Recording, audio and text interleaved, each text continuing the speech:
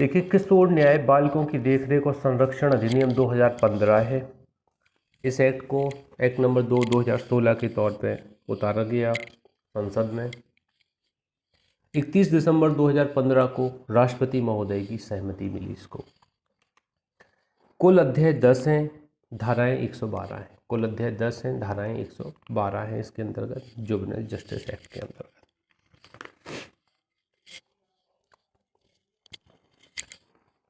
दो तरह के बालक होते हैं।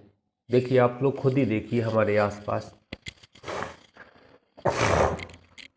कैसे बालकों में सुधार करने की ज़रूरत है, उन्हें रिहैब करने की ज़रूरत है, फिर से रिहैबिलिटेशन करने की ज़रूरत है। कैसे बालकों, एक थाना प्रभारी है नौगांव, परसों के पेपर में निकला कि उसको एक नवजात शिशु अस्पताल के बाहर मिला, पड़ा हुआ मिला। पता नहीं कौन इतनी कठोर माँ होगी जो अपने बच्चे को छोड़ गई हो, क्या परिस्थिति होगी, बिनब्याही माँ होगी, क्या होगा। एक अनाथ बच्चा सड़क हॉस्पिटल के बाहर मिलता है, क्या उस पर जुवेनाइल जस्टिस लागू होता है? एक व्यक्ति है, एक बच्चा है जिसकी उम्र 18 वर्ष से कम आयु की है, उसने एक हत्या कर दी है, क्या उस पर जुवेनाइल जस्टिस लागू होता है? निर्भया केस में भी एक व्यक्ति था, सस्पेक्ट व्यक्ति था जो क्रूरल्टी का अवचार किया था, क्या उस पर जुवेनाइल जस्टिस लागू होती? अपराधी बच्चों पर, अनाथ बच्चों पर। तो इसी सिस्टम को सुधारने की कोशिश की गई है इस एक्ट में। अनाथ और अपराधी बच्चे हैं, दोनों को समायोजित करने की बात की गई है। अपराधी बच्चे हैं, उनके संबंध में एक बोर्ड बनाया गया है, जुवेनाइल जस्टिस बोर्ड होता है जो सुनवाई करता है। और अनाथ बच्चों के संबंध में एक कल्याण संस्थान बनाई गई, CWC कमेटी बनाई गई, चाइल्ड वेलफेयर कमेटी। तो वो अनाथ बच्चों के लिए, आवारा अनाथ बच्चे होते हैं, इनके संबंध में उनके रिहैब के लिए, उनके पुनर्वास के लिए व्यवस्थाएं करती है। तो इन्हीं दो के तालमेल पे आधार पे ये एक्ट है। इनके विकास में सबसे ज़्यादा बच्चों का हित देखा जाएगा।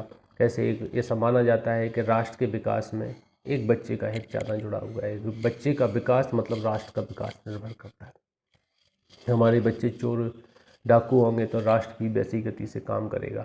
अच्छे बुद्धिजीवी होंगे हमारे बच्चे तो राष्ट्र भी उतनी गति से विकास करेगा, ऐसा माना जाता है। तो इसी एक्ट पे अपन थोड़ी चर्चा करते हैं, आगे देखते हैं क्या है इसमें। इसके उद्देश्य हैं, विधि का अभिकथित उल्लंघन करते पाए जाने वाले बालकों, देखरेख तथा संरक्षण के जरूरतमंद बालकों से संबंधित विधि का बालकों के सर्वोत्तम हित में, मामलों के न्याय निर्णय और निपटारे में बालकों के प्रति मितव्यत दृष्टिकोण अपनाते हुए समुचित देखरेख, संरक्षा, विकास, उपचार, समाज में पुनः मिलाने के माध्यम से उनकी मूलभूत जरूरतों को पूरा करते हुए और उनसे और उपबंधित प्रक्रियाओं तथा इसमें इसके अधीन स्थापित संस्थाओं, निकायों के माध्यम से उनके पुनर्वासन के लिए तथा उससे संबंधित समीकरण संशोधन करने के लिए।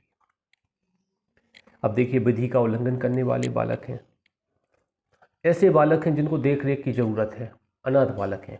हम अनाथ शब्द इनके लिए यूज करते हैं यहाँ पे।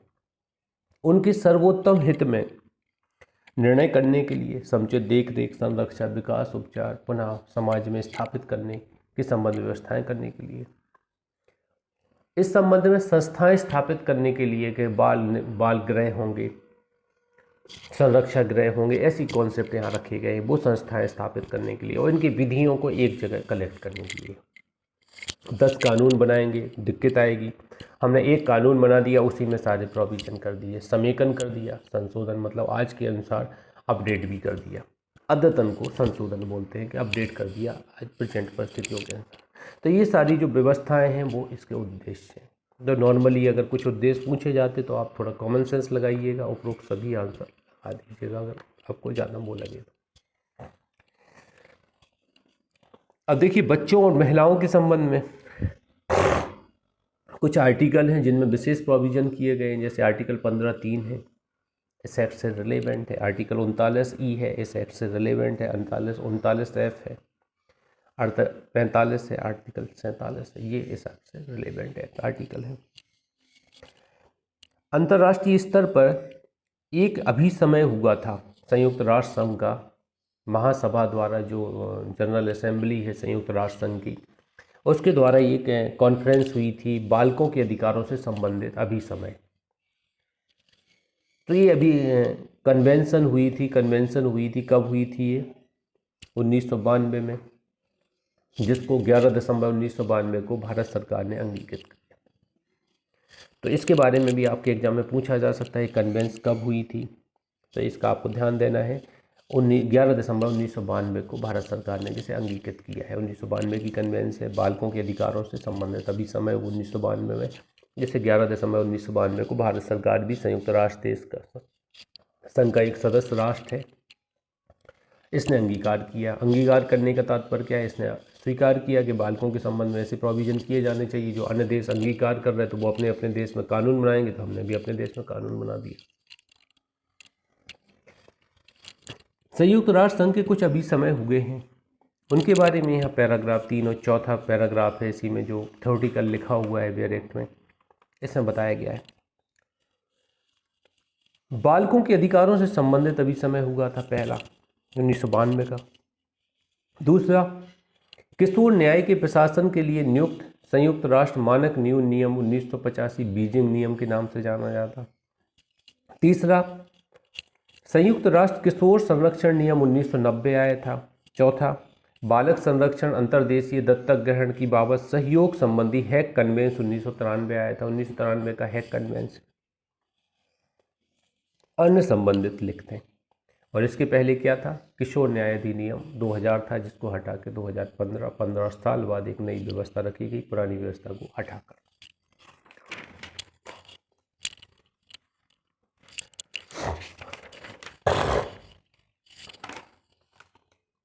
इसका विस्तार संपूर्ण भारत पर है। यह 15 जनवरी 2016 से लागू है। देखिए, अभी हम लोगों ने विशेष न्यायालय पढ़ा, वो 1 महीने बाद लागू हुआ था, 15 फरवरी 2000। कब से लागू हुआ था? विशेष न्यायालय कब का एक्ट है? 2012, 15 फरवरी 2012 से लागू हुआ था। ये 15 जनवरी 2016 से लागू हुआ है। ये 2016 से 1 साल बाद लागू होता है, 15 जनवरी 2016 से। यह जरूरतमंद बालकों और विधि का उल्लंघन करने वाले बालकों से संबंधित मामलों में लागू होगा।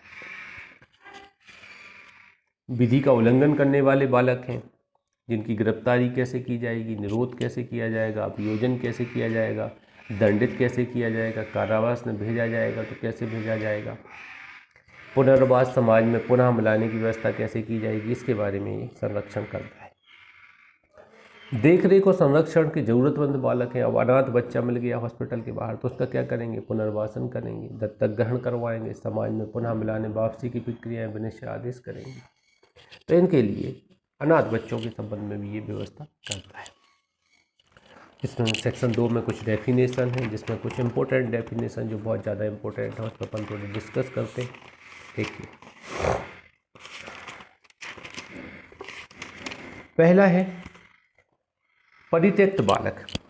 अपने जैविक या दत्तकग्राही माता पिता या संरक्षक द्वारा अभिव्यक्त ऐसा बालक जिसे समिति द्वारा सम्यक जांच के पश्चात परित्यक्त घोषित किया गया, त्याग दिया बच्चों को। कुछ लोग छोड़ देते ना बच्चों को, समिति डिसाइड करती। अनाथ बच्चे हैं ये, तो अनाथ बच्चे कहाँ जाएंगे? CWC के पास जाएंगे, वो डिसाइड करेंगे परित्यक्त बालक। दत्तक ग्रहण पढ़ लीजिएगा। दत्तक ग्रहण विनियमन प्राधिकरण द्वारा विरचित विनियम दत्तक ग्रहण विनियमन कहलाते हैं। 2-3 पश्चातवर्ती देखरेख क्या होती है? 5 पश्चातवर्ती देखरेख। देखिए, उन व्यक्तियों की जिन्होंने 18 वर्ष की आयु पूरी कर ली है किंतु 21 वर्ष की आयु पूरी नहीं की, 18-21 के बीच की बात है, और जिन्होंने समाज की मुख्य धारा में जुड़ने के लिए किसी संस्थागत देखरेख का त्याग कर दिया है, वित्तीय और अन्यथा सहायता उपलब्ध करने जाना। एक बच्चा है 18 साल की उम्र तक क्या करता है? सुधार गृह में रहता है। 18 साल की उम्र तक सुधार गृह में रहता है। 18 साल के बाद उसको सुधार गृह में नहीं रख सकते अपन, या बाल गृह में नहीं रख सकते हैं, बड़ा हो गया ना मेजर। तो 18 से 21 तक जो 2-3 साल का टाइम रहता है, उसको अपन कुछ पैसे देंगे, सरकार संस्था प्रोवाइड कराएगी। चाहो कोई छोटा मोटा बिजनेस डाल लो, अपनी जीविकोपार्जन करो, समाज में स्थापित रहने की कोशिश करो। तो लोग कहीं थोड़े बड़े धंधों के लिए या कोई व्यवस्थाएं करने के लिए, जिस दिन का जीवन यापन होता रहे, समाज में इनको जगह मिल जाए और समाज में अपने आप को स्थापित कर पाए, ऐसी व्यवस्था करते हैं। इसको पश्चातवर्ती देखरेख कहा जाता है। अपराधिकृत विदेशी दत्तक ग्रहण, अभिकरण, या पढ़िएगा इसको, 6 में बताया गया है।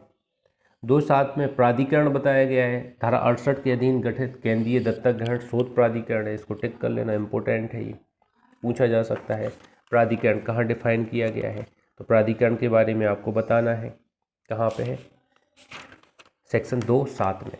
2.7 में प्राधिकरण है, जिसके अंतर्गत क्या है, 68 के अधीन गठित केंद्रीय दत्तक ग्रहण शोध प्राधिकरण विपरीत है। भीख मांगना पढ़ लीजिएगा 8 में। किसी लोक स्थान पर या किसी प्राइवेट पर्सन में क्या करना, भिक्षा की याचना करना, भीख मांगना है। अपना या किसी अन्य व्यक्ति का, जीव जंतु का घाव दिखाकर पैसे मांगना, रोग दिखाकर पैसे मांगना, भिखारी, भीख मांगना है, ट्रेनों में देखने को मिलता है। बालक का सर्वोत्तम हित 9 में बताया गया है। ये क्या होता है, इसके 3-4 रीजन है। पहला, उसके मूलभूत अधिकारों, जरूरतों, पहचान, सामाजिक कल्याण, भौतिक, भावनात्मक, बौद्धिक विकास को पूरा करने के लिए, सुनिश्चित करने के लिए किसी भी निश्चय का आधार हो सकता है। मतलब ये अपन को ध्यान देना है बच्चे के बारे में जब भी निर्णय करना है जज के तौर पर, तो बालक का सर्वोत्तम है। बोर्ड को डिफाइन किया गया है सेक्शन 2.10 में, धारा 4 के अधीन गठित किशोर न्याय बोर्ड है।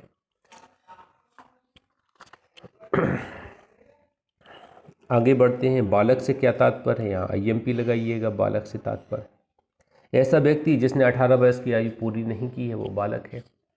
2.12 में बालक है। विधि का उल्लंघन करने वाला बालक क्या कहलाता है, 2.13 में IMP लगाइएगा इसको। ऐसा बालक जिसके बारे में अभिकथित है या पाया गया है कि उसने कोई अपराध किया है और जिसने उस अपराध के किए जाने की तारीख को 18 वर्ष की आयु पूरी नहीं की है, तो ये विधि का उल्लंघन करने वाला बालक है। देख रेख और संरक्षण का जरूरतमंद बालक, इस पर IMP लगाइए 2.14। ऐसा बालक अभिप्रेत है जिसके बारे में पाया जाता है कि उसका कोई घर, निश्चित निवास स्थान नहीं है, जीवन निर्वाह के लिए दृश्यमान साधन नहीं है, मतलब अनाथ है, आवारा है। जिसके बारे में पाया जाता है कि उसने इस अधिनियम के उपबंधों का तत्समय प्रवृत्त अन्य विधियों का उल्लंघन किया है या पथ पर भीख मांगते या वहाँ रहते पाया गया है, या पथ पर भीख मांगते वहाँ रहते पाया गया है, ऐसा बालक देख रेख को जरूरतमंद बालक माना जाएगा। कुछ अन्य कंटेंट है जो आप यहाँ पढ़ेंगे। शोषित बालक है, अतिक्रमण किया गया है, बालक को मारने, क्षति पहुँचाने, शोषण करने की धमकियाँ दी गई हैं, बालक को का वध कर दिया गया है, किसी अन्य बालक के बालकों का वध कर दिया गया है, उसके साथ दुर्व्यवहार किया गया है, ये सारी चीज़ें यहाँ बहुत सारी, गुमशुदा है। ये मतलब बिल्कुल आवारा अनाथ बच्चों के बारे में जो कंटेंट होते हैं वो सारे कंटेंट यहाँ लिखे गए। आगे बढ़ते हैं। बालक कल्याण अधिकारी देखिए नेक्स्ट 2.17। समिति या बोर्ड द्वारा, देखिए समिति भी यहाँ पर डिक्लेयर करती है और बोर्ड भी डिक्लेयर करती है, इनको गोला कर दीजिएगा। दिए गए निर्देशों का ऐसे उत्तरदायित्वों से पालन करने के लिए बालक देखरेख संस्था से जुड़ा कोई प्राधिकारी है। बालक देखरेख संस्था से जुड़ा प्राधिकारी बालक कल्याण अधिकारी है। बालक कल्याण पुलिस अधिकारी 2.18 धारा 107(1) के अधीन उस रूप में पदाभिहित कोई अधिकारी। बाल गृह 2.19 राज्य सरकार द्वारा स्वयं या किसी स्वैच्छिक या गैर सरकारी संगठन द्वारा प्रत्येक जिले समूहों में स्थापित अनुरक्षित धारा 50 संबंधित प्रयोजनों के लिए रजिस्ट्रीकृत बाल गृह, रजिस्टर्ड होना चाहिए स्टेट गवर्नमेंट द्वारा, वो बाल गृह है। बाल न्यायालय 2.20 में है। बालक न्यायालय बालक अधिकार संरक्षण आयोग अधिनियम 2005 के अधीन स्थापित, देखो ये आयोग अधिनियम है, बालक अधिकार संरक्षण अधिनियम आयोग है 2005 का, इसके अधीन स्थापित कोई न्यायालय। लैंगिक अपराधों से बालकों का संरक्षण अधिनियम, लैंगिक अपराधों से बालकों का संरक्षण अधिनियम भी आता है, के अधीन कोई विशेष न्यायालय भी इसके अंतर्गत आएगा। पॉस्को मतलब पॉस्को एक्ट है, पॉस्को के अंतर्गत न्यायालय आएगा और बालक न्यायालय के अंतर्गत न्यायालय आएगा, ये ध्यान दीजिएगा, इंपॉर्टेंट है। ऐसे न्यायालयों को अभिहित नहीं किया गया है वहाँ सेशन न्यायालय भी प्रेरित है, तो 30 अपॉइंट सेशन न्यायालय, तो 3 न्यायालय आएंगे इसमें। बालक अधिकार संरक्षण आयोग 2005 अधिनियम का न्यायालय बालक न्यायालय, पॉस्को एक्ट 2012 के अंतर्गत विशेष न्यायालय या सेशन न्यायालय बालक न्यायालय के अंतर्गत आएंगे। आगे बढ़ते हैं।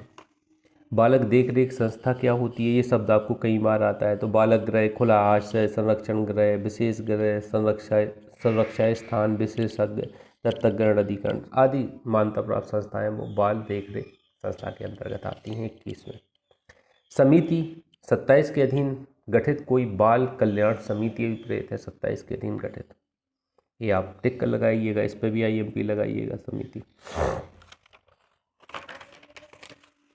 शारीरिक दंड क्या होता है, 224 में शारीरिक दंड बताया गया है। से किसी व्यक्ति द्वारा किसी बालक को ऐसा शारीरिक दंड देना अभिप्रेत है जिसमें किसी अपराध के लिए प्रतिशोध के रूप में बालक को अनुशासित करने या सुधारने के प्रयोजन से जानबूझकर पीड़ा पहुंचा। प्रतिशोध के रूप में हो सकता है या सुधारने के पर्पज से पीड़ा पहुंचाना बालक को शारीरिक दंड हो। जिला बालक संरक्षक एकक क्या क्या कहलाता है, तो 26 में तो किसी जिले के लिए धारा 106 के अधीन राज्य सरकार द्वारा स्थापित एक बालक संरक्षण एकक जो इस अधिनियम के क्रियान्वयन को और जिले में अन्य बालक संरक्षण उपायों को सुनिश्चित करने के लिए जिला मजिस्ट्रेट के पर्यवेक्षण के अधीन कार्य करेगा। जिला मजिस्ट्रेट के पर्यवेक्षण के अधीन कार्य करेगा, वो भी इसके अंतर्गत आएगा, जिला बालक संरक्षक एकक। जिला मजिस्ट्रेट 226 में है। जिले का अपर जिला मजिस्ट्रेट भी जिला मजिस्ट्रेट के अंतर्गत आता है। इसके बाद ये बाकी कंटेंट आप पढ़िएगा, ये कुछ नहीं पढ़ा रहे यहाँ पे, सीधे 33 पे आ जाइए, 33 पे आ जाइए। हम लोग पढ़ रहे हैं किशोर न्याय अधिनियम सेक्शन 233 जघन्य अपराध। जघन्य अपराध इंपोर्टेंट लगाइएगा इस पे, जैसे अपने शारीरिक दंड पढ़ा है, जघन्य अपराध देखिएगा, इसको हीनियस ऑफेंस बोला जाता है इंग्लिश में, हीनियस ऑफेंस। अगर हीनियस ऑफेंस लिखा आ जाए तो आपको कंफ्यूज नहीं होना, 233 की बात हो रही है। ऐसे अपराध जिसके लिए भारतीय दंड संहिता या तत्समय प्रवृत्ति किसी अन्य विधि के अधीन न्यूनतम दंड 7 वर्ष या उससे अधिक के कारावास है। 7 वर्ष या उससे अधिक के दंड से दंडनीय अपराध जो होते हैं वो हीनियस ऑफेंस जघन्य अपराध के अंतर्गत आते हैं।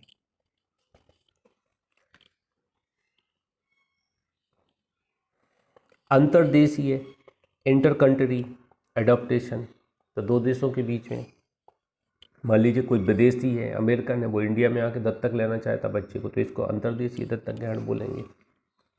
NRI, PIO, non residential Indian person of Indian origin, इस तरह का यहाँ कॉन्सेप्ट होता है। ये इंडिया में वो लेते हैं, विदेशी लोग हैं जो भारत के विदेश में रहते हैं, उनके द्वारा दत्तक लिया जाता है। तो अंतर्देशीय, इंटरसिटी, इंटर कंट्री इंग्लिश में पढ़िएगा इसको, इंटर कंट्री एडॉप्टेशन, तो आप क्लियर समझ जाएंगे। 234 में है। किशोर 235 में है, इंपॉर्टेंट लगाइए इसमें। किशोर से क्या तात्पर्य है, बालक और किशोर की एक ही जैसी परिभाषा, जिसने 18 वर्ष की आयु पूरी न की हो। 18 वर्ष से कम आयु का बालक किशोर कहलाता है।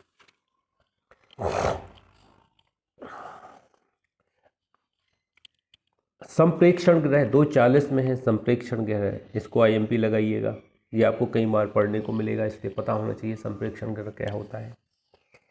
किसी राज्य सरकार द्वारा स्वयं या किसी स्वैच्छिक या गैर सरकारी संगठनों के माध्यम से, मतलब सरकार द्वारा स्वयं या स्वैच्छिक मतलब वॉलंटरीली या NGO के माध्यम से प्रत्येक जिले या जिलों के समूह में स्थापित अनुरक्षित धारा 47(1) में निर्दिष्ट प्रयोजनों के लिए उस रूप में रजिस्ट्रीकृत संप्रेक्षण ग्रह विभेद है। रजिस्टर्ड संप्रेक्षण ग्रह इसके अंतर्गत आएगा। खुला आश्रय, ये पढ़ लेना, अनाथ पढ़ लेना। छोटे अपराध, इस पे IMP लगाइए 45 पे। छोटे अपराध से क्या तात्पर्य है, तो यहाँ इनको भी थोड़ा देखिए। भारतीय दंड संहिता या किसी अन्य विधि के अधीन अधिकतम दंड 3 वर्ष तक के कारावास का है, मतलब 3 वर्ष तक के मामले यहाँ पे छोटे अपराध के अंतर्गत आएंगे। कितने मामले, 3 वर्ष के कारावास से दंडनीय मामले छोटे अपराध के अंतर्गत आएंगे। परिवीक्षा अधिकारी पे इम्पोर्टेंट लगाइए 48 पे। परिवीक्षा अधिकारी कौन है, इस पे इम्पोर्टेंट लगाइए। राज्य सरकार द्वारा अपराधी परिवीक्षा अधिनियम 1958 के अधीन परिवीक्षा अधिकारी के रूप में नियुक्त किया गया अधिकारी। राज्य सरकार द्वारा जिला बालक संरक्षण एकक के अधीन नियुक्त किया गया विधि सह परिवीक्षा अधिकारी, तो विधि सह परिवीक्षा अधिकारी आएगा और परिवीक्षा अधिकारी दोनों आएंगे इसमें। आगे देखते हैं नातेदार अभिकरण, राज्य अभिकरण देख लीजिए इसमें। राज्य अभिकरण 253 में धारा से राज्य सरकार द्वारा धारा 67 के अधीन दत्तक ग्रहण से और संबंधित मामलों के संबंध में कार्रवाई करने के लिए स्थापित राज्य अभिकरण है। घोर अपराध IMP लगाइए 254 के अंतर्गत ऐसे अपराध आते हैं जिसके लिए भारतीय दंड संहिता या तत्समय प्रवृत्ति किसी अन्य विधि के अधीन 3 वर्ष से अधिक और 7 वर्ष से अनधिक की अवधि के न्यूनतम कारावास के दंड उपबंधित है। 3 वर्ष और 7 वर्ष के बीच के कारावास से दंडित मामले होते हैं वो घोर अपराधों के अंतर्गत आते हैं, और 7 वर्ष से अधिक से के अधिकतम कारावास का उपबंध है, किंतु कोई न्यूनतम कारावास या 7 वर्ष से कम के न्यूनतम कारावास का उपबंध नहीं है। तो वो भी यहाँ पे 7 वर्ष से अधिक वाले मामले भी यहाँ पे घोर अपराध के अंतर्गत आएंगे, जहाँ पे न्यूनतम कारावास का उपबंध नहीं किया गया है। विशेष किशोर पुलिस एकक क्या है? इसको IMP लगाइए 55 को। जिले या नगर के पुलिस बल का एकक बालकों से संबंधित धारा 107 के अधीन बालकों को संभालने के लिए उस रूप में अभिहित कोई अन्य पुलिस एकक, जैसे रेल पुलिस भी इसके अंतर्गत आती है। थोड़ा देखिएगा, इंपॉर्टेंट है। विशेष गृह को इंपॉर्टेंट लगाइए 256। राज्य सरकार या किसी स्वैच्छिक या गैर सरकारी संगठन द्वारा NGO द्वारा स्थापित विधि का उल्लंघन करने वाले बालकों को जिनके बारे में जांच के माध्यम से पाया जाता है कि उन्होंने अपराध किया है और जिन्हें बोर्ड के आदेश से ऐसी संस्था में भेजा जाता है, आवासन और पुनर्वासन संबंधी सेवाएं उपलब्ध कराने के लिए संस्थापित और धारा 48 के अधीन रजिस्ट्री के कोई संस्था अभिप्रेत है। तो ये आप ध्यान दीजिए, विशेष गृह क्या है? मान्यता प्राप्त संस्था होना चाहिए, रजिस्टर्ड संस्था होना चाहिए, या प्राइवेट हो सकती है, राज्य सरकार द्वारा या NGO द्वारा स्थापित हो सकती है। विशेषज्ञ दत्तक ग्रहण अभिकरण, इस पर भी IMP लगाइए 257 है। नाम पूछा जा सकता है, कहाँ डिफाइन है? ऐसे अनाथ परित्यक्त या अभ्यर्थित बालक के जिन्होंने दत्तक ग्रहण के प्रयोजन के लिए समिति के आदेश द्वारा वहां रखा गया है। आवासन के लिए राज्य सरकार द्वारा किसी स्वैच्छिक या गैर सरकारी संगठन द्वारा धारा 65 के अधीन मान्यता प्राप्त कोई संस्था विपरीत है। तो विशेषज्ञ दत्तक ग्रहण अभिकरण एजेंसी है ये, जो मान्यता प्राप्त दी गई है, जो क्या कराती है? दत्तक ग्रहण कराती है लोगों को, बच्चों को। 6 वर्ष से कम आयु के बच्चों का दत्तक ग्रहण कराया जाता है। बस इतनी परिभाषाएं हैं जो आपको देखना है, इसके अलावा थोड़ी बहुत और हैं, तो थोड़ा एक बार पढ़ लीजिएगा, लेकिन मोस्टली यही हैं जितनी मैंने IMP लगाई है, इनको आप थोड़ा ध्यान दीजिएगा। इन पर क्वेश्चन आ सकते हैं, किसमें क्या है परिभाषा से किसमें। अब देखिए सेक्शन 3 है, बालकों की देखरेख और संरक्षा के सिद्धांत। साधारण सिद्धांत बताती है कि आप बालकों के लिए क्या करेंगे। मान लीजिए हमारा कॉमन सेंस क्या बोलता है, वो यहाँ लिखा है, कुछ नहीं लिखा है। बिल्कुल स्ट्रेस नहीं लेना है इसको देखते हुए या पढ़ते हुए। हमें ये लगाना है कि मान लीजिए हम एक पेरेंट्स हैं, हम एक बच्चा है, मान लीजिए मेरा अपना बच्चा है, तो उसके लिए ये मान लीजिए आप एक जज हैं, जज बैठे हुए हैं, आप एक अनाथ बच्चे के लिए कितना अच्छा कर सकते हैं, एक अपराधी बच्चे को कैसे सुधार सकते हैं, वो क्या चीज़ें आप दे सकते हैं, क्या सुविधाएं प्रोवाइड करा सकते हैं कि उसके साथ गलत ना हो, आगे उसको पुनः स्थापित अपन कर पाए। ये नहीं दंड नहीं देना है, यहाँ पे अपन को कोशिश करना है सुधारने का कि वो जीवन अच्छा जिए। तो हम लोग क्या क्या कर सकते हैं? तो पहला तो हम ये करेंगे, देखिए केंद्र सरकार यहाँ लिखा है साधारण सिद्धांत, अधिनियम के प्रशासन में अनुसरित किए जाने वाले साधारण सिद्धांत। अधिनियम का जो प्रशासन होगा, कौन सिद्धांतों को अपन अपने दिमाग में बैठा के चलेंगे। यथास्थिति केंद्रीय सरकार, राज्य सरकार, बोर्ड, समिति, अभिकरण इस अधिनियम के उपबंधों को क्रियान्वित करते समय निम्नलिखित मूलभूत सिद्धांतों द्वारा मार्गदर्शित होंगे। क्या करेंगे? बच्चे के बारे में निर्दोषता की अवधारणा करेंगे, तो निर्दोषता की अवधारणा का सिद्धांत है, पहले से निर्दोष मानेंगे कि नहीं बच्चे ने अपराध नहीं किया, एक बात के चलेंगे। तो अपराधी के बारे में तो यही मान के अपन चलते हैं, यही इनके बारे में मान लिया।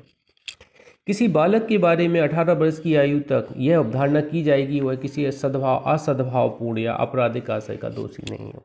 मतलब उसने सारे काम नेगेटिव में लिखा है यहाँ पे, मतलब सद्भावपूर्वक कार्य किए हैं और अपराधी नहीं है, ये मान के चलेंगे, निर्दोष मान के चलेंगे हम लोग। दूसरा, गरिमा योग्यता का सिद्धांत, सभी मनुष्यों के साथ गरिमा और अधिकारों के समान बर्ताव किया जाएगा, मतलब रिपुटेशन को ध्यान दिया जाएगा, सम्मान दिया जाएगा, डिग्निटी को मेंटेन किया जाएगा, लोगों की गरिमा योग्यता को ध्यान दिया जाएगा। भाग लेने के सिद्धांत। तीसरा, प्रत्येक बालक को सुने जाने का, हितों को प्रभावित करने वाले आदेशों विनिश्चयों में भाग लेने का अधिकार प्राप्त होगा। बालक के दृष्टिकोण को बालक की आयु परिपक्वता को समय ध्यान में रखते हुए विचार किया जाए। सुनेंगे। ऐसा नहीं होगा बालक से हम सुनो नहीं, सामने वाले से सुने और दंडित कर दें, ऐसा नहीं हो पाएगा, सुना जाएगा बालक। चौथा, सर्वोत्तम हित का सिद्धांत।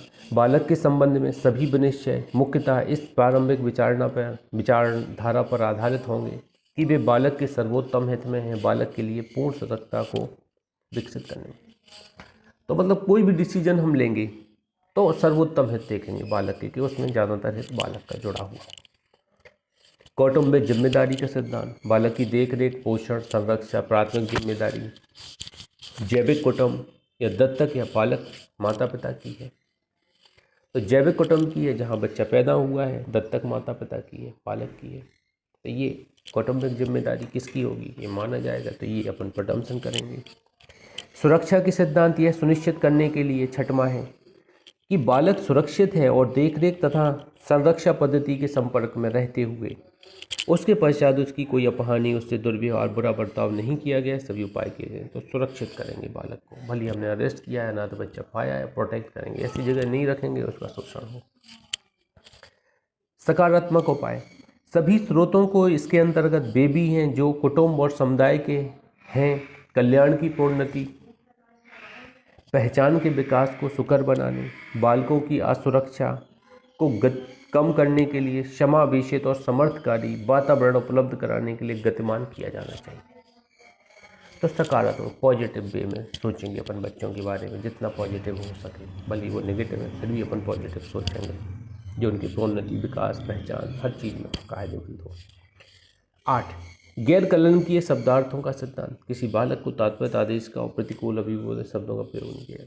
अब गलत तरीके से नहीं बुलाएंगे, ये अपन समाज में देखते हैं। देखिए, जो रद्दी बीनने वाला, कचड़ा बीनने वाला बालक दिख जाएगा आप, तो अपन उससे कहते हैं कि भाई साहब इधर आओ, नहीं कहते, उससे बोलेंगे इधर आ, इस तरह बोलेंगे।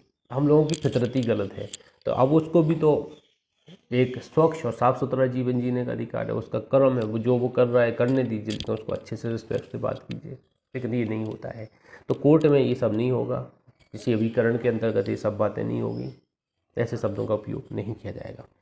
अधिकारों का अधित्यजन न किए जाने का सिद्धांत। बालक के किसी अधिकार का किसी प्रकार अधित्यजन अनुज्ञेय विधिमान नहीं है। ईप्सा बालक द्वारा की गई और बालक के कार्य करने वाले व्यक्ति, बोर्ड, स्वामित्व द्वारा के मूलभूत अधिकारों का प्रयोग न किया जाना, अधित्यजन कोटि में नहीं आएगा।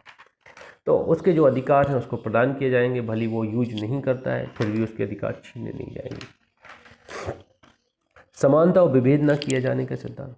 किसी बालक के विरुद्ध किसी आधार पर लिंग, जाति, नस्ल, जन्म स्थान, निसक्ता, कार्य, अपराध की है किसी प्रकार का विभेद नहीं किया जाएगा। पहुंच, अवसर, बर्ताव में समानता और प्रत्येक बालक को दी जाएगी। तो यहाँ पर डिस्क्रिमिनेशन नहीं किया जाएगा, उस पर रोक लगाई गई है 10 में।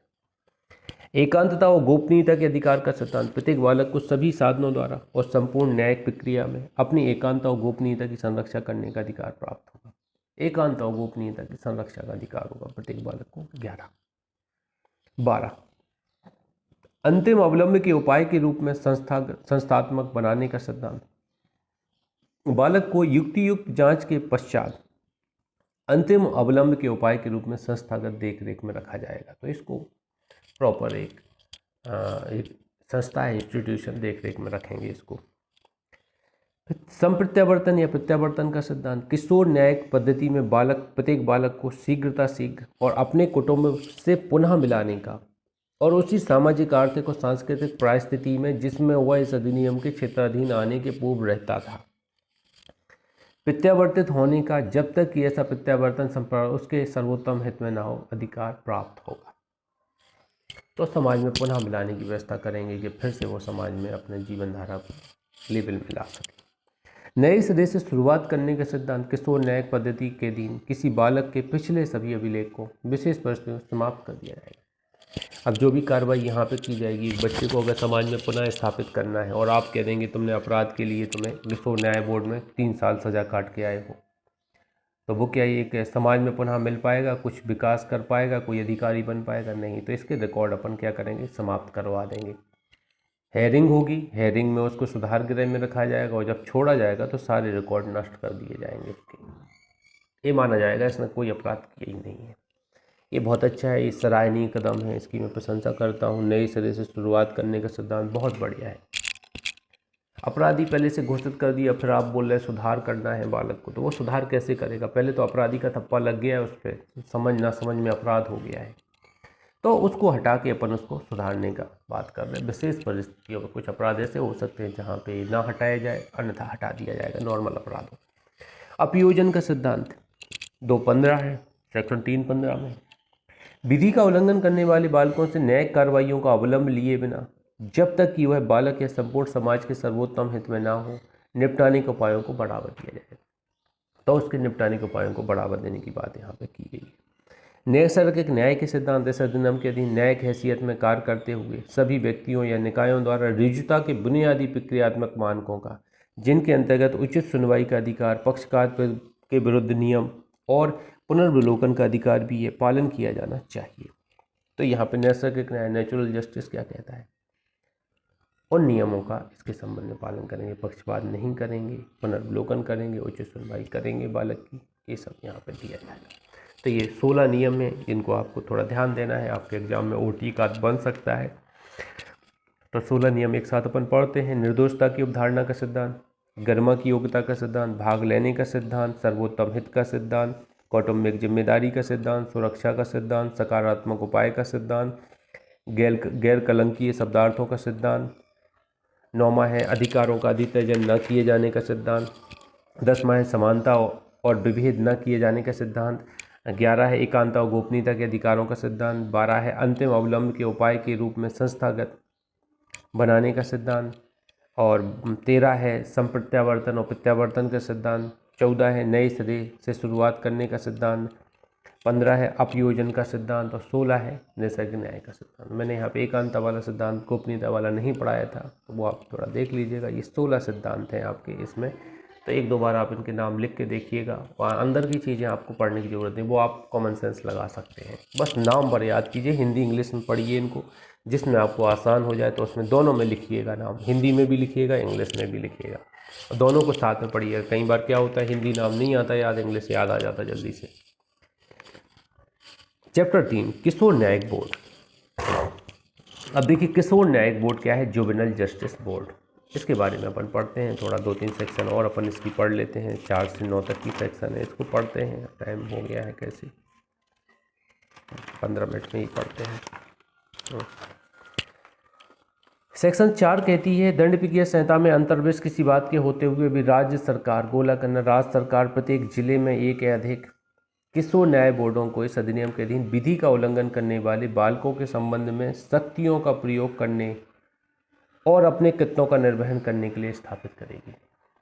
तो विधि का उल्लंघन करने वाले बालकों के संबंध में शक्तियों का प्रयोग करने के लिए और कृत्यों का निर्वहन करने के लिए स्थापित करेगी। कौन स्थापित करेगी? राज्य सरकार करेगी, किशोर न्यायिक बोर्ड को। बोर्ड एक ऐसे महानगर मजिस्ट्रेट या प्रथम वर्ग के न्यायिक मजिस्ट्रेट जो मुख्य महानगर मजिस्ट्रेट या मुख्य न्यायिक मजिस्ट्रेट, जिसे इसमें इसके पश्चात प्रधान मजिस्ट्रेट कहा गया है, ना हो, जिसके पास कम से कम 3 वर्ष का अनुभव ना हो, और 2 ऐसे सामाजिक कार्यकर्ताओं से मिलकर जिनका चयन ऐसी रीति में किया जाए जो विहित किया जाएगा, उनमें से कम एक महिला होगी। यह एक न्यायपीठ के रूप में लेगा और न्यायपीठ की शक्तियाँ प्राप्त करेगा। दंड प्रक्रिया संहिता द्वारा यथावत महानगर प्रथम वर्ग मजिस्ट्रेट को प्रदत्त की गई है। तो इसमें एक न्यायाधीश होगा जो महानगर मजिस्ट्रेट होगा या JMFC होगा, 3 वर्ष तक पद पर रह चुका हो, ऐसा व्यक्ति यहाँ पे पीठासीन बनाएंगे। और 2 सामाजिक कार्यकर्ता होंगे, जिसमें से एक महिला होगी और एक जेंट्स होगा। न्यायपीठ खंडपीठ के तौर पे एक काम करेगा, बेंच के तौर पे एक काम करेगा। आपको पता है बेंच में सिंगल बेंच भी होती है, डबल बेंच भी होती है। तो ये बेंच के तौर पर मतलब 2-3 लोग बैठेंगे, वो जजमेंट देंगे इसमें क्या होना है। इसकी योग्यताएं क्या होगी, इस बारे में सब क्लॉज 3 बताती है। तो योग्यताओं के बारे में अपन पढ़ते हैं। थोड़ा मैं यहाँ पे 1 मिनट के लिए थोड़ा स्टॉप करूँगा। चलिए देखिए, हम लोगों ने देखा इसका कि 3 सदस्य होंगे, जिसमें एक महानगर मजिस्ट्रेट या प्रथम वर्ग मजिस्ट्रेट होगा जो कम से कम 3 वर्ष का अनुभव रखेगा। 2 सामाजिक कार्यकर्ता होंगे, जिसमें से एक महिला होगी, और यह एक बेंच के तौर पर कार्य करेगा, न्यायपीठ के तौर पर कार्य करेगा। सब क्लॉज 3 कहती है किसी भी सामाजिक कार्यकर्ता को बोर्ड के सदस्य के रूप में नियुक्त तभी किया जाएगा। योग्यताएं बताती है सेक्शन 3, सब क्लॉज 3 बताती है योग्यताएं। जब ऐसा व्यक्ति कम से कम 7 वर्ष तक बालकों से तात्पर्य स्वास्थ्य, शिक्षा, कल्याण संबंधी क्रियाकलापों में सक्रिय रूप से अंतर्भूत हो। मतलब 7 वर्ष का अनुभव होना चाहिए सामाजिक कार्यकर्ता को स्वास्थ्य, शिक्षा और कल्याण का। दूसरा, बालक मनोविज्ञान, मनोरोग विज्ञान, सामाजिक विज्ञान विधि में डिग्री हासिल, व्यवसायरत व्यवसायी हो। मतलब अपन लोग भी लॉ वाले भी यहाँ पे एक्सपर्ट बन सकते हैं, सामाजिक कार्यकर्ता के तौर पर नियुक्त किए जा सकते हैं। मेडिकल डॉक्टर हो कोई, मनोरोगी साइकोलॉजिस्ट हो, तो उसको भी यहाँ पे सामाजिक कार्यकर्ता के तौर पर नियुक्त किया जा सकता है। चौथा, ये निर्योग्यताएं बताती है सब क्लॉज 4। कोई भी व्यक्ति बोर्ड के सदस्य के रूप में चयन का पात्र नहीं होगा। कब पात्र नहीं होगा? जब मानव अधिकारों या बालकों के अधिकारों का अतिक्रमण करने का पिछड़ा रिकॉर्ड है, उसमें अपराधी रह चुका है पूर्ववर्ती तौर पर, उसे ऐसी किसी अपराध के लिए निर्दोष ठहराया गया है जिसमें नैतिक अधमता अंतर्बलित है। केंद्रीय सरकार, राज्य सरकार या केंद्र सरकार, राज्य सरकार के स्वामित्वाधीन किसी उपक्रम या निगम की सेवा से हटा दिया गया है या पदच्युत कर दिया गया है। बालक दुर्व्यवहार, बाल श्रम के नियोजन या किसी मानव अधिकारों के अतिक्रमण या अनैतिक कार्य में लिप्त रहता है। ये भी कारण यहाँ पे हो सकता है। ऐसी स्थिति होती है तो यहाँ पे भी ये स्थिति आपको देखने को मिलेगी। तो 4 कंडीशन है जहाँ उसको योग्य नहीं माना जाएगा सदस्य बनने का। अब ऐसे लोगों को नियुक्त किया जाएगा तो सब क्लॉज 5 कहती है राज्य सरकार इन्हें बालकों के संबंध में प्रशिक्षण देगी, कि इनको ट्रेंड करेगी कि बालकों के संबंध में आपको किन चीज़ों का ध्यान देना है। जैसे टीचर बन जाते हैं अपन, एडीपीओ बनेंगे तो अपना भी ट्रेनिंग होगी। नरोन्हा एकेडमी में ट्रेनिंग होगी, भोपाल में बनी हुई है बदबदा रोड पे। ऐसे इन लोगों की भी ट्रेनिंग होती है। तो राज्य सरकार यह सुनिश्चित करेगी, सब क्लॉज 5 कहते हैं, कि सभी सदस्यों जिनके अंतर्गत बोर्ड या प्रधान मजिस्ट्रेट भी है, देख रेख, संरक्षण, पुनर्वास, बालकों के विधिक उपबंधों, न्याय के संबंध में प्रेरण, प्रशिक्षण और सुग्राहीकरण जो विहित किया जाए उसकी नियुक्ति की तारीख से 60 दिन की अवधि के भीतर प्राप्त किया जाए। तो 60 दिन के भीतर इन्हें प्रशिक्षण दिलाएगी। कौन? गवर्नमेंट प्रशिक्षण दिलाएगी। बोर्ड के सदस्यों की पदावधि और वह रीति जिसमें ऐसे सदस्य त्यागपत्र दे सकेगा ऐसी होगी जो विहित की जाए। तो रीति क्या होगी त्यागपत्र देने की? पदावधि कितने समय की होगी ये विहित की जाए वो होगी। 7, बोर्ड के किसी सदस्य की प्रधान मजिस्ट्रेट के सिवाय नियुक्ति को राज्य सरकार द्वारा जांच करने के पश्चात समाप्त किया जा सकता है यदि वह सदस्य इस अधिनियम के अधीन न्याय शक्ति का दुरुपयोग का दोषी पाया गया है, बोर्ड की कार्रवाइयों बिना किसी विधिमान कारण के लगातार 3 माह तक आने में असफल रहता है, किसी वर्ष में न्यूनतम 3/4 बैठकों में भाग लेने में असफल रहता है, 3/4 बैठकें नहीं अटेंड करता है, मतलब 4 में से 3 ही अटेंड नहीं कर रहे आप, सदस्य के रूप में अपनी अवधि के दौरान उपधारा 4 के अधीन अपात्र हो गया है। देखिए ये कुछ कंडीशन होती तो प्रधान मजिस्ट्रेट के सिवाय अन्य सदस्यों को हटा भी सकते हैं। यहाँ पर पदच्युत करने के पावर 7 में दिए गए हैं। इसके बाद सेक्शन 5 में आ जाते प्लेसमेंट के बारे में। ये बताता है कि उस व्यक्ति का स्थानांतरण जो जांच की प्रक्रिया के दौरान बालक नहीं रह जाता है। अब एक व्यक्ति है जो बालक नहीं रह जाता है, मतलब 18+ का हो गया, तो उसको क्या करेंगे अपन? बाल गृह से हटा देंगे।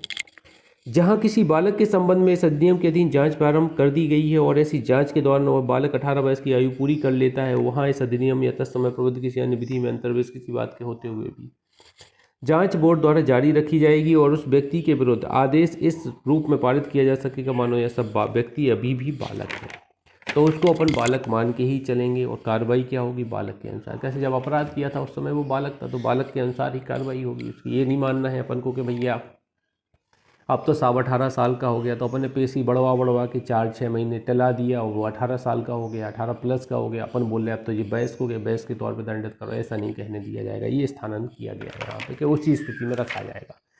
सेक्शन 6 प्लेसमेंट के बारे में बताती है।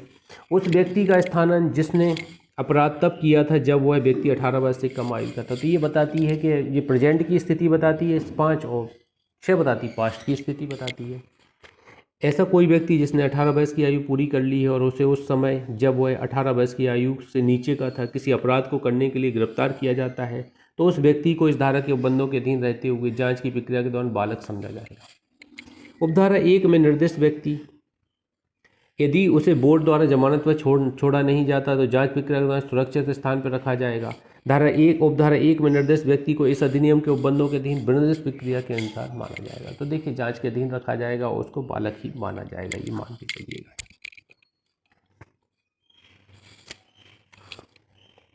बोर्ड के संबंध में प्रक्रिया 7, बोर्ड ऐसे समयों पर अपनी बैठकें करेगा और अपनी बैठकों के कारोबार के संव्यवहार के बारे में ऐसे नियमों का अनुपालन करेगा जो बेहद किया जाए और यह सुनिश्चित करेगा कि सभी प्रक्रियाएं बाल हितैषी हों और यह कि वह स्थान बालक को अभितरास करने वाला नियमित न्यायालय के समान ना हो। तो जितना भी काम करना है बोर्ड को बाल हितैषी काम करना है, बालक के हित में काम करना है। विधि का उल्लंघन करने वाले व्यक्ति को जब बोर्ड की कोई बैठक ना हो किसी व्यष्टि सदस्य के समक्ष पेश किया जा सकेगा, तो किसी सदस्य के समक्ष पेश करने का पावर भी है यहाँ पे। बोर्ड के किसी सदस्य के अनुपस्थित होते हुए भी कार्य कर सकेगा। बोर्ड द्वारा पारित कोई आदेश कार्रवाई किसी प्रक्रम के दौरान केवल किसी सदस्य की अनुमति के कारण अविद्यमान नहीं समझाएगी। मान लीजिए 3 सदस्य हैं टोटल, अब 2 ही सदस्य आ रहे हैं तो भी कार्रवाई वैलिड है। परंतु मामले के अंतिम निपटारे के समय धारा 18 की उपधारा 3 के अधीन कोई आदेश करने के में कम से कम 2 सदस्य, जिसके अंतर्गत प्रधान मजिस्ट्रेट भी उपस्थित होंगे। तो फाइनल जजमेंट के समय कम से कम 2 जज होना चाहिए, 2 सदस्य आपके बोर्ड के होना चाहिए, जिसमें प्रधान जज भी हो, एक अन्य सदस्य भी हो। बोर्ड के सदस्यों के बीच अंतरिम और अंतिम निपटारे में कोई मतभेद होने की दशा में बहुमत की राय अभिभावी होगी, किंतु जहां ऐसा कोई बहुमत नहीं है वहां प्रधान मजिस्ट्रेट की राय अभिभावी होगी। तो बहुमत के आधार पर निर्णय लिए जाएंगे, बहुमत नहीं है तो प्रधान मजिस्ट्रेट की राय ली जाएगी। बोर्ड की शक्तियाँ, कृत्य और उत्तरदायित्व क्या होंगे, सेक्शन 8 बताती है बोर्ड की शक्तियाँ, कृत्य और उत्तरदायित्व क्या होते हैं। तो इसको थोड़े अपन जनरली पढ़ते हैं। तत्समय प्रवृत्ति किसी अन्य विधि में अंतर्विष्ट किसी बात के होते हुए भी इस अधिनियम में जैसा अन्यथा उपबंधित है उसके सिवाय किसी जिले के लिए गठित बोर्ड को विधि का उल्लंघन करने वाले बालकों के संबंध में, किसके संबंध में, विधि का उल्लंघन करने वाले बालकों के संबंध में, इस अधिनियम के अनुसार उस बोर्ड के अधिकारिता के क्षेत्र में सभी कार्रवाइयों को अनन्य रूप से निपटाने की शक्ति होगी। तो अधिकारिता के रूप में सभी कार्रवाइयाँ अनन्य रूप से निपटाएगा बोर्ड। किसके सामने, जिन्होंने अपराधी बच्चे हैं उनके बारे में कार्रवाई कौन करेगा, बोर्ड सुनवाई करेगा, निपटाएगा, सीधी बात। दूसरा, इस अधिनियम द्वारा या उसके अधीन बोर्ड को प्रदत्त शक्तियों का प्रयोग उच्च न्यायालय और बालक न्यायालय द्वारा भी तब जब कार्रवाइयाँ अपील पुनरीक्षण में अन्यथा धारा 19 के अधीन उसके समक्ष की आती हैं किया जा सकेगा। तो बोर्ड की शक्तियों का प्रयोग उच्च न्यायालय और बालक न्यायालय भी कर सकेगा जब उसके समक्ष कार्रवाइयाँ आती हैं। ये आपको ध्यान देना है, सबको अब 2 कहती है। बोर्ड के कृत्यों और उत्तरदायित्वों के बारे में निम्नलिखित भी आएंगे। बोर्ड की लाइबिलिटी क्या होंगी, ड्यूटी क्या होंगी, उसके बारे में बताती है 8(3). इसको अपन थोड़ा देखते हैं क्या क्या चीज़ें हैं, कुछ मेन चीज़ें अपन देखते हैं। बोर्ड के प्रक्रिया के प्रत्येक क्रम पर बालक को माता पिता या संरक्षक की सूचनाबद्ध सहभागिता को सुनिश्चित करना, बालक को उपस्थित कराना या उसके माता पिता को उपस्थित कराना, यह सुनिश्चित करना कि बालक के अधिकारों की, बालक की गिरफ्तारी, जांच, पश्चातवर्ती देखरेख, पुनर्प्रत्यावर्तन के संपूर्ण प्रक्रिया के दौरान संरक्षा हो। पूरी प्रक्रिया के दौरान बालक को संरक्षित करना है अपन को। विधिक सेवा संस्थाओं के माध्यम से विधिक सहायता की उपलब्धता सुनिश्चित कराना, लीगल एड इनको प्रोवाइड कराना है, बालकों को लीगल एड की व्यवस्था करना है। डी, बालक को जब कभी भी आवश्यक हो यदि वह कार्रवाई में प्रयुक्त भाषा को समझने में अक्षम है, दुभाषी अनुवादक बेहद फीस पर संदाय करने पर उपलब्ध कराना। ई, परिवीक्षा अधिकारी या परिवीक्षा उपलब्ध नहीं है तो बाल कल्याण अधिकारी या सामाजिक कार्यकर्ता को मामले का सामाजिक अन्वेषण हाथ में लेने और सामाजिक अन्वेषण रिपोर्ट उन परिस्थितियों को अभिनिश्चित करने के लिए जिनमें अभी कथित अपराध किया गया था उसके बोर्ड के समक्ष प्रथम बार पेश किए जाने की तारीख से 15 दिन की अवधि के भीतर प्रस्तुत करने का निर्देश देना। तो यहाँ पे देखिएगा अन्वेषण, सामाजिक अन्वेषण रिपोर्ट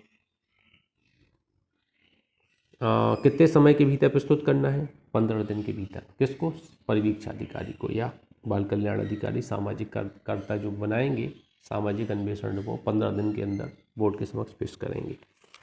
विधि का उल्लंघन करने वाले, इस पे थोड़ा IMP लगा देना, IMP कर देना 15 दिन के अंदर IMP। विधि का उल्लंघन करने वाले बालकों के मामलों का धारा 14 में विनिर्दिष्ट जांच की प्रक्रिया के अनुसार न्याय निर्णय और रिपोर्ट निपटारा करना। ठीक है।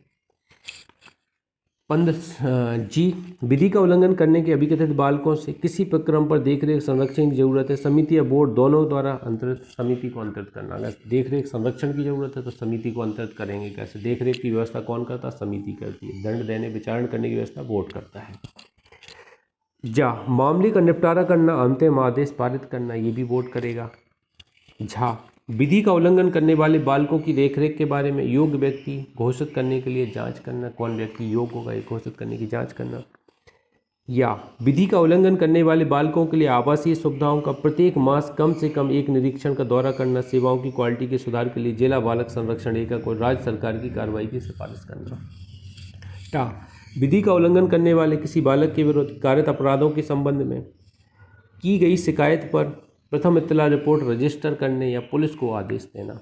तो यहाँ पे एफआईआर भी दर्ज करने के लिए पुलिस को आदेश अपन दे सकते हैं। ये भी इसका बोर्ड का काम। देखरेख और संरक्षा की जरूरतमंद बालक के विरुद्ध कतिपय अपराधों के संबंध में समिति द्वारा लिखित शिकायत पर प्रथम इत्तला रिपोर्ट दर्ज करने के लिए पुलिस को आदेश देना। तो देखरेख जरूरतमंद बालकों के संबंध में समिति देगी और यहाँ पे बोर्ड देगा। यहाँ पर ध्यान दीजिएगा, बोर्ड ऊपर देगा अपराधी बालकों के संबंध में और अनाथ बालकों के संबंध में समिति देगी एफआईआर दर्ज करा। इस बात की जांच करने के लिए क्या जेलों में कोई बालक डाला गया है, उन जेलों का जो वयस्कों के लिए नियमित निरीक्षण करना, उस बालक को यथास्थिति संप्रेक्षण कर सुरक्षित स्थान में स्थानांतरित किए जाने के तत्काल उपाय करना, कोई अन्य कृत्य करना। एक सेक्शन और अपन पढ़ेंगे, सेक्शन 9। ऐसे मजिस्ट्रेटों द्वारा अनुसृत की जाने वाली प्रक्रिया जिसे इस अधिनियम के अधीन सशक्त नहीं किया गया है। जब किसी मजिस्ट्रेट की जो इस अधिनियम के अधीन बोर्ड की शक्तियों का प्रयोग करने के लिए सशक्त नहीं है, राय है कि वह व्यक्ति जिसके बारे में अभिकथन किया गया है उसने अपराध किया है, ऐसी अभिलेखबद्ध करेगा और बालक को ऐसी कार्रवाई के अभिलेख के साथ कार्रवाइयों पर अधिकारता रखने वाले बोर्ड को तत्काल भेजेगा।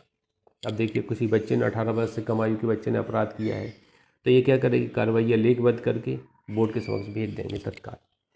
यदि वह व्यक्ति जिसके बारे में अभिकथन किया गया है उसने अपराध किया है, बोर्ड से भिन्न किसी न्यायालय के समक्ष दावा करता है कि व्यक्ति बालक है या अपराध किए जाने की तारीख को बालक था, या यदि न्यायालय की स्वयं यह राय है कि वह व्यक्ति अपराध किए जाने की तारीख को बालक था, तो उक्त न्यायालय उस व्यक्ति की आयु की अवधारण करने के लिए जांच करेगा।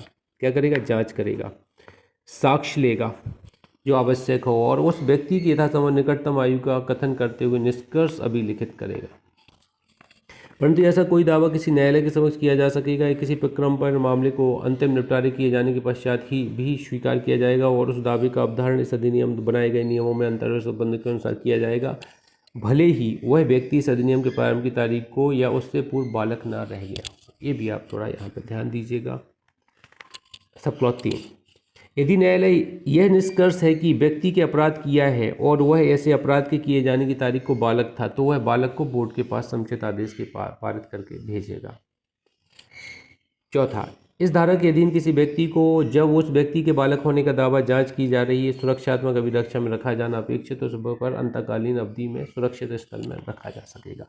तो यहाँ पर थोड़ा एक चीज़ ध्यान दीजिएगा, जैसे आप सिविल जज हैं फर्स्ट क्लास, आपके कोर्ट में किसी बालक को भेज दिया जाए तो आप तो सुनने के अधिकारी हैं नहीं है, तो आप अभिलिखित करेंगे, रिकॉर्ड लिखेंगे और क्या करेंगे, बोर्ड के पास भेज देंगे। वही चीज़ यहाँ पे सेक्शन 9 में लिखी गई है। सेक्शन 10 से आगे अपन मंडे को पढ़ रहा है, संडे की छुट्टी रहेगी, कुछ कारण है तो संडे को नहीं पढ़ाएंगे अपन, मंडे को पढ़ेंगे। मंडे को आखिरी क्लास है। इसके बाद में ट्यूसडे को आपको एक पेपर आपके ग्रुप पर डाल दूँगा, जो लोग ग्रुप में नहीं जुड़े उन्हें पर्सनली भेज दूँगा या जोड़ दूँगा ग्रुप में। तो उस पेपर को सॉल्व करना है आपको और सारे 150 क्वेश्चन तक आपको काउंटिंग लिखना है एक पेज में और सारे के आंसर लिख के आपको व्हाट्सअप कर देना है उसी ग्रुप पर, क्या आंसर सही है। ठीक है, तो उसको थोड़ा देख लीजिएगा। मैं फिर उसकी एनालिसिस का एक वीडियो डालूंगा यूट्यूब पे, जिसको आप देख के एनालाइज कर लीजिएगा।